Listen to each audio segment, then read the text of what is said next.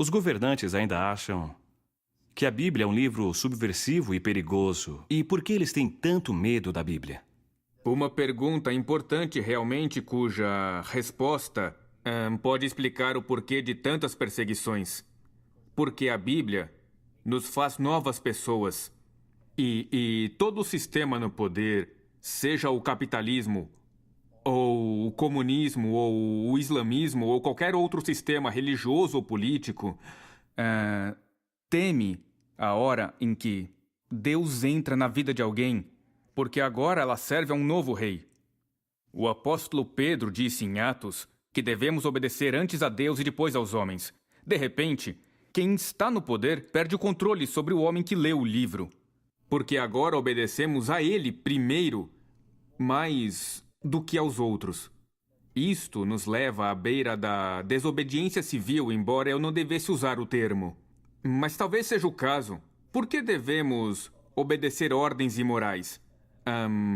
Muitas vezes, damos a explicação. Me mandaram. Nada disso. Até na Segunda Guerra, com todo o domínio dos alemães, a submissão e a obediência às ordens não diminuía a crueldade e pessoas eram executadas mesmo obedecendo ordens. Isso ainda pode acontecer hoje. Nós, por meio desse livro, nos tornamos um povo de opinião, povo de convicções tão fortes que nada as abala, mas sempre baseadas no amor, na compaixão e sempre sob o comando direto do Senhor. Por isso a Bíblia é perigosa, por isso os ditadores atuais temem e proíbem a leitura desse livro.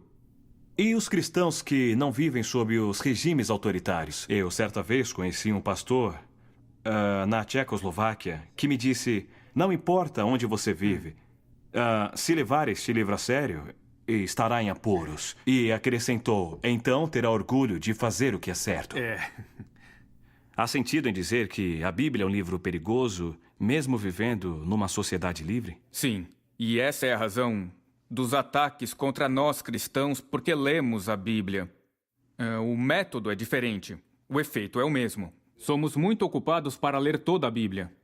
Nós seguimos alguns trechos, passagens selecionadas, versículos, ou ouvimos alguns trechos que foram gravados em CD, ou na minha época eram aquelas fitas cassete, e eu ouvia o Novo Testamento no meu carro ao viajar pelas estradas da Europa e era maravilhoso ouvir aquilo.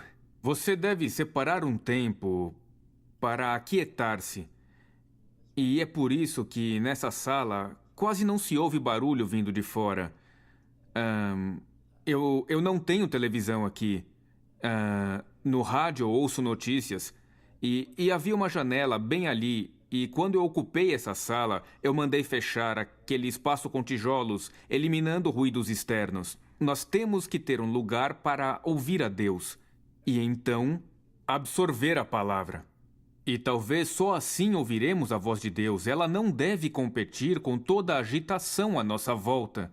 Sem ter um ambiente favorável, não será fácil. Devemos ter mais dedicação em nossos hábitos para ler a Bíblia, que é chamada a Carta de Amor de Deus para nós. Talvez você já tenha ouvido esse termo. Se disser, eu não li a sua carta de amor, Deus, aí foi mal. Acha que pode continuar assim, ignorando a palavra de Deus? Não dá. Devemos nos tornar pessoas segundo a Bíblia, ler o livro inteiro, toda a obra. Uma vez por ano, pelo menos. Não é difícil. 3 capítulos por dia e 5 no domingo.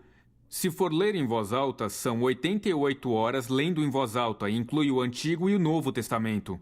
Se é demais, você é preguiçoso.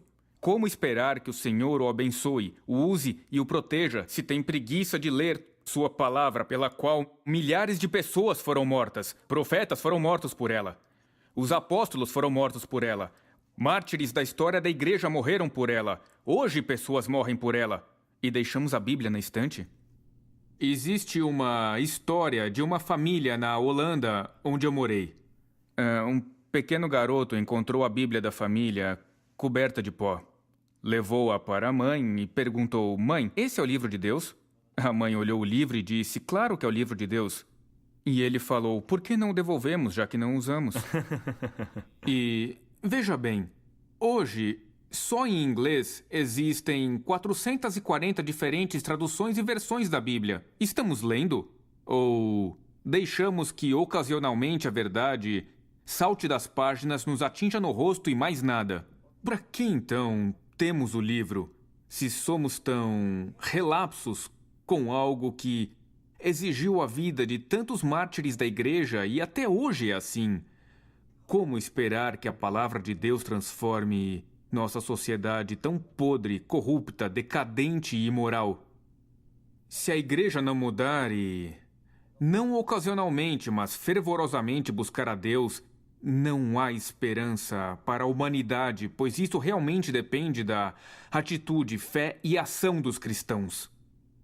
Há pessoas que desejarão percorrer o caminho que você trilhou.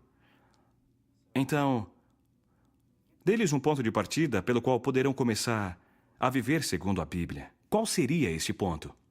Uma das minhas orações ainda é: Deus, faz-me verdadeiro. É tão fácil ser religioso. Isso não leva a lugar nenhum.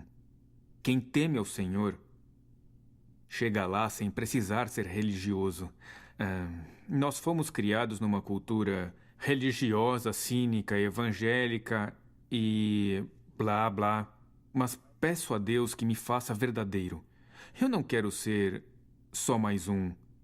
Quero ser alguém que faz diferença. E eu acho que eu faço, mas ainda posso melhorar. Aconselho que, ao ler a palavra, diga: Senhor, fale comigo. E o que me disseres, eu farei. E surgirá uma nova vida de aventura que o espantará. Aconteceu comigo. Eu estava lendo Oswald Chambers. Eu sou um grande fã de Oswald Chambers. Tenho todos os seus livros. E o pessoal do seminário me chamava de fanático, e em qualquer situação eu sabia o que Chambers diria. Então, certo dia eu li em seu livro: Dá a quem pedir. Ele escreveu no comentário: você vê um bêbado vindo lhe pedir algum dinheiro e logo pensa, não, porque ele vai comprar bebida. Mas não é isso que Jesus falou. Ele disse: dá a quem te pedir. Meu Deus, se tem que ser assim, eu o farei. Um dia depois veio um bêbado. Pediu dinheiro e eu entreguei. E depois eu pensei, é perigoso. Obedeci a Deus. Essa é a minha obrigação. O bêbado responde pelo que faz com o dinheiro. E então eu pensei, é melhor não levar isso tão a sério. Mas depois eu voltava a pensar naquilo, eu pregava aquilo. E acontecia que no mesmo dia vinha alguém pedir algo, e nem sempre um bêbado, mas alguém. Pediram meu acordeão, eu entreguei porque eu tinha acabado de pregar sobre aquilo. Dá a quem te pedir. Isso é muito radical. Nas minhas viagens eu entrava em hotéis de luxo sem meus sapatos, porque eu vi um mendigo sem sapatos e lhe dei os sapatos, dei o casaco, e era até embaraçoso depois me hospedar num hotel de luxo, sem sapatos, e eles estranhavam muito aquilo. Mas tudo bem, porque em casa eu tenho mais sapatos, isso é passageiro. Mas se eu decidir obedecer a Deus, assim que eu tomar conhecimento de qualquer versículo que fala em comportamento, Deus então me provará. Se Deus não o provar, me surpreenderei. Se você nunca for atacado pelo diabo, me surpreenderei. Mas como? Eu não sou digno de um ataque? Você perde por problemas quando segue a Jesus radicalmente. Mas nos problemas diga aleluia, eu estou no caminho certo. E siga o livro. Siga o livro, siga. Ele transforma a sua vida, e agora, quando leio aquele texto no Sermão da Montanha, penso ser melhor esperar até pregar sobre isso de novo. Porque Deus nos leva a sério, e isso é encorajador. Aleluia!